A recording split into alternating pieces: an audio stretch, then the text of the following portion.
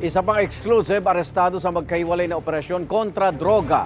Ang apat na suspect na nahulihan ng mahigit 100,000 pisong halaga ng umano'y droga. Itinanggi nila ang paratang. Lagi una ka sa balita ni Bam Alegre. Sa loob ng selda, nagpalipas ng gabi ang dalawang suspect na inaresto ng pulis sa barangay Comembo, Taguig matapos mahulihan daw ng hinihinalang droga. Sa tulong ng tip mula sa concerned citizen, natimbrehan ng pulisya na may hawak umanong droga ang magkaibigan. Nakuha sa kanila humigit kumulang 11 gramo ng hinihinalang shabu na may street value na 75,000 pesos. Sabi ng pulisya, labas-masok na raw sa kulungan ng dalawa at tuwing nakakapagpiyansa, bumabalik daw uli sa bisyo. Itinanggi ng dalawang suspect ang paratang. Nadaanan lang po ako. Nadamay lang po. Yun lang po. Totoo ba ito, sir? Sa inyo ba talaga ito? Hindi po, sir. Sa magkahiwalay na operasyon, nahuli sa barangay Western Bikutan ang magkaibigang ito na gumagamit din umano ng hinihinalang shabu.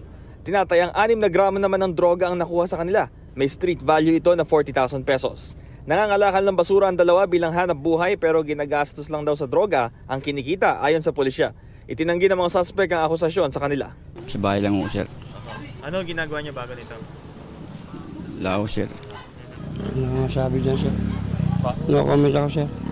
Iniimbestigahan ng mga otoridad kung saan kumukuha ng supply ang mga suspect. Tumanggi magpaunlak ng panayamang pulisya dahil may follow-up operations pa raw sila.